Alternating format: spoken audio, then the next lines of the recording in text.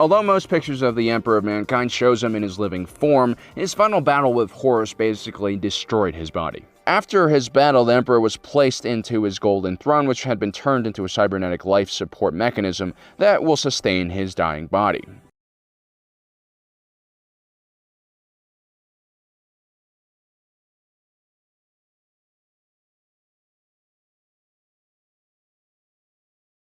But slowly, even the Golden Throne is failing, which would be disastrous because it would lead to the death of the Emperor of Mankind.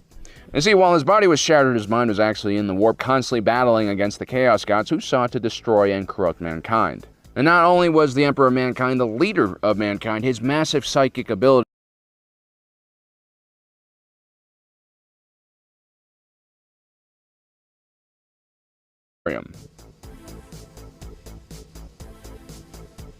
So by now you probably realize that the Immaterium or warp space is terrifying. So why are humans voluntarily going there? Well, it's because the warp is the only place where faster than light speed travel is possible, although how much time is saved during a warp space trip is never certain or even known until a ship exits the warp. And while in the warp, it was incredibly difficult to detect spatial movement, which means that navigation was extremely difficult as well.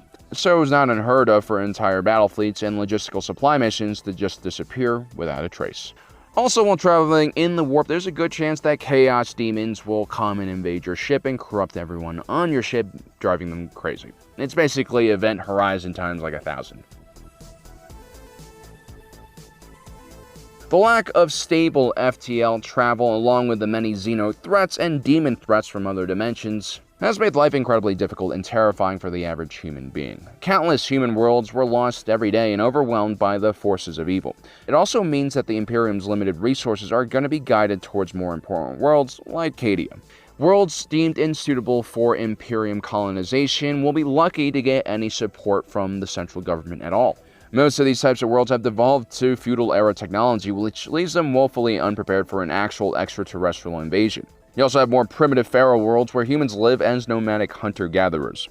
On the other end of the spectrum, you had the massive hive cities on hive worlds which contain billions of humans living in impoverished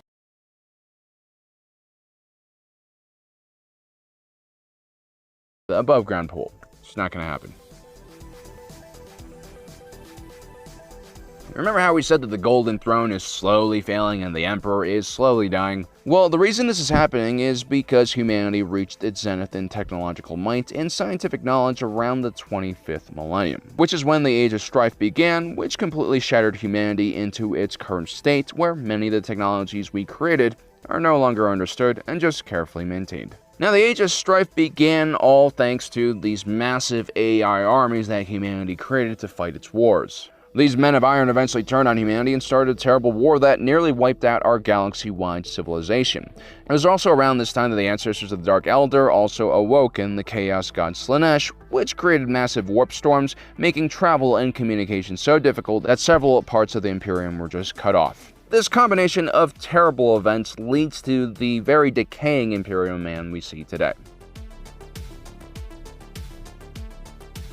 Whether you join a completely under-equipped planetary defense force full of criminal scum and murderers, or survive long enough to join the Imperial Guard, things are always going to be really bad for the average human being. There are no good professions that you can really join. Even if you are lucky enough to be accepted for training as a Space Marine, the process is long and gruesome, and makes the whole Spartan 2 program seem kind of benevolent in